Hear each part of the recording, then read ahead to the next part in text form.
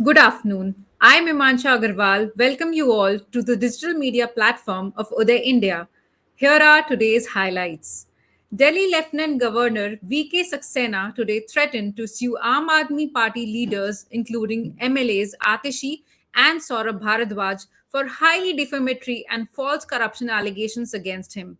AAP has alleged that Mr. Saxena pressured two employees to change banned currency notes worth rupees 1400 crores when he was chairman of government Khadi body during demonetization of 2016. Mr. Saxena refuted the AAP charge as a figment of their imagination. This has been the hallmark of Kejriwal and company to shoot and scoot and then, when pushed for truth, apologize, said Mr. Saxena's office in a statement. Heading towards the next news. Ganesh Chaturthi celebrations on an Eidgah ground in Karnataka can proceed as planned, the High Court has said, turning down a petition filed after Supreme Court ordered a freeze-in case of the Bengaluru Eidgah Maidan. In a midnight hearing, the High Court said that the serious dispute over ownership in case of Bangalore Eidgah land does not exist in the Hubli case.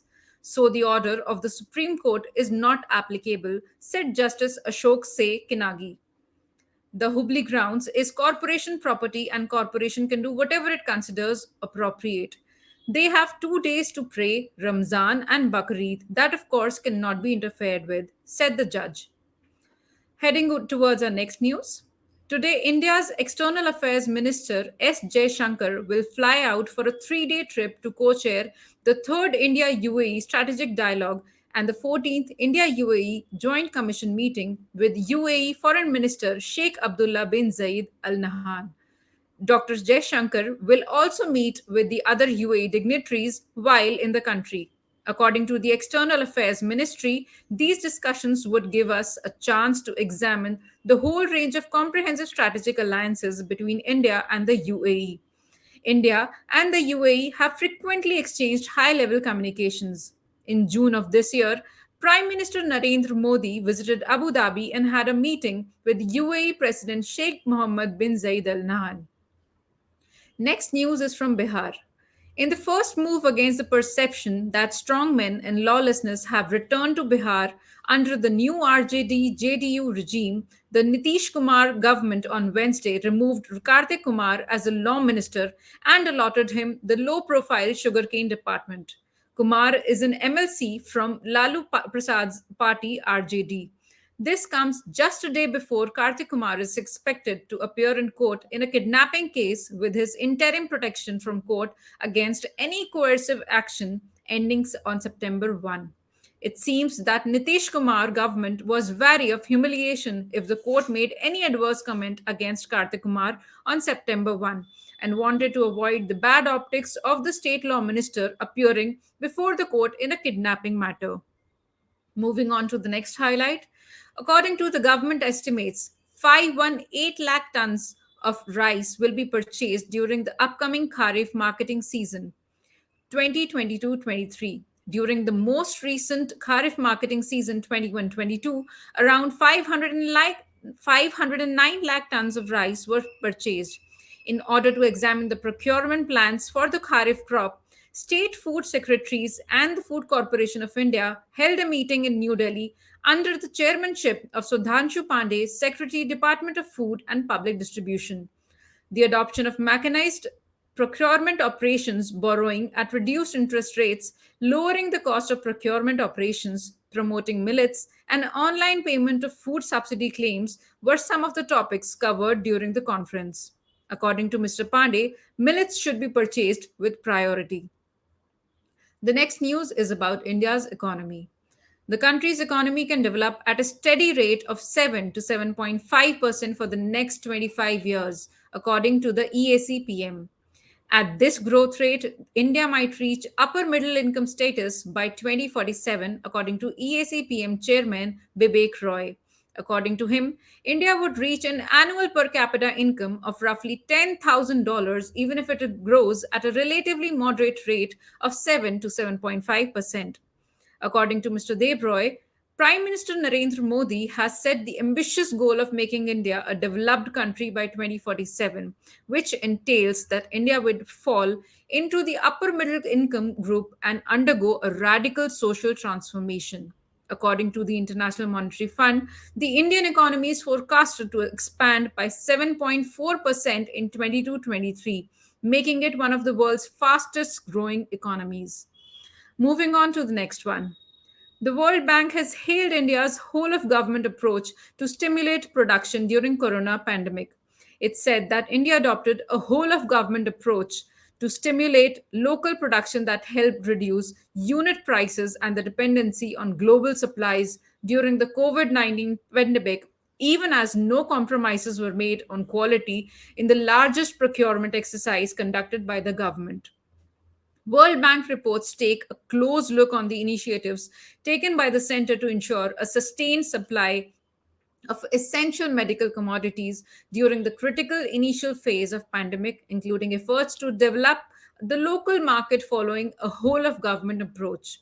The report lists certain global experiences and summarizes the procurement innovations undertaken by the center, including its efforts to develop the domestic market for essential COVID commodities and lifestyle equipment.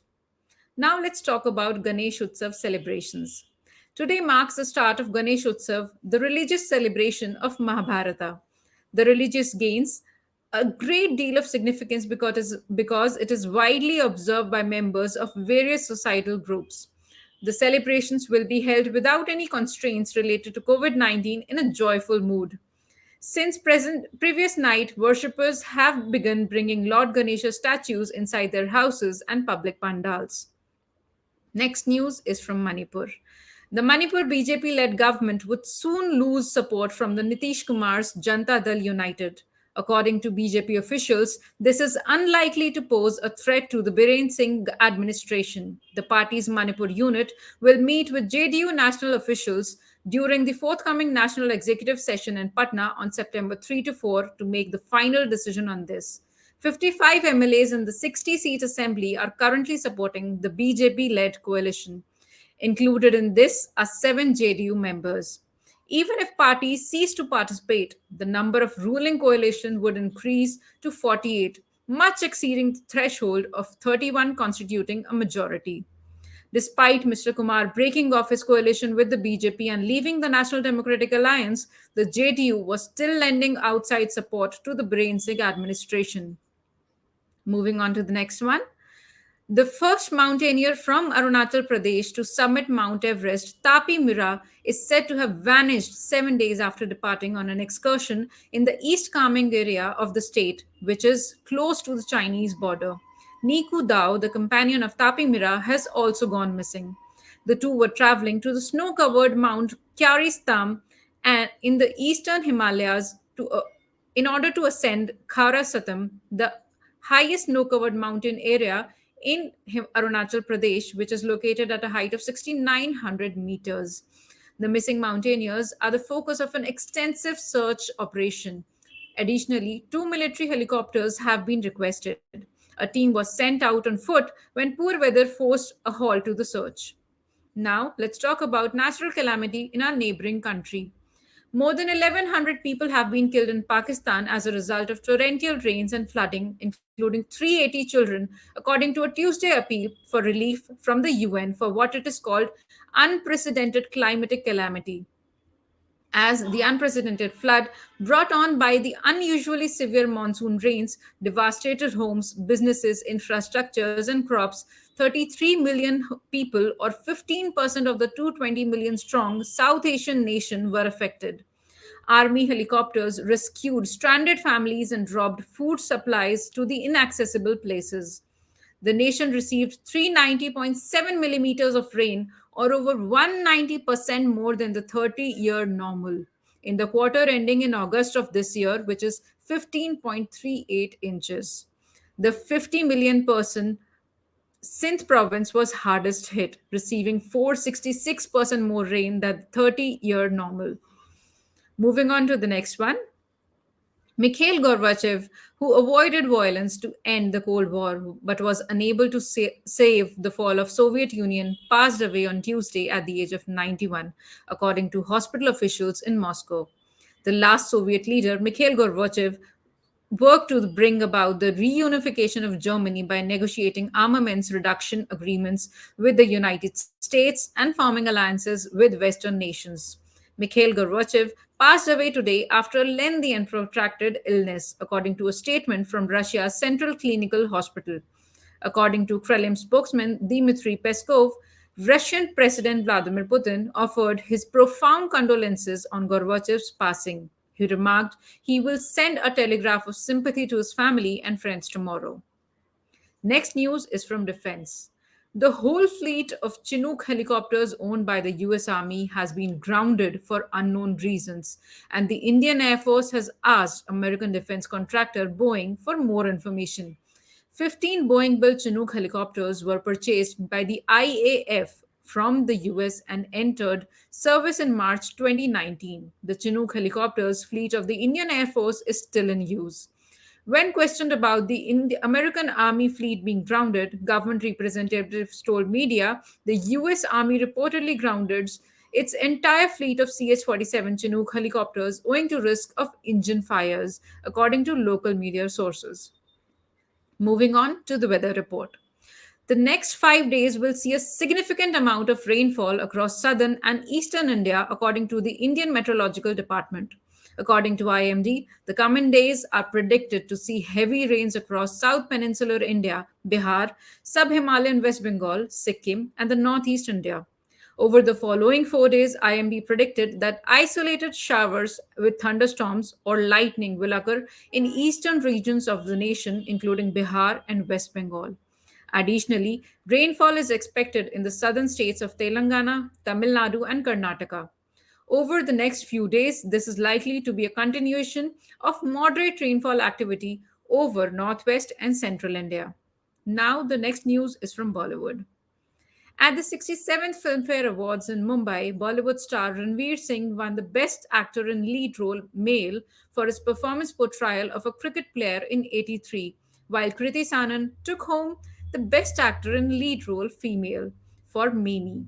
In order to accept the black woman, Ranveer Singh appeared on stage beside his wife Deepika Padukone.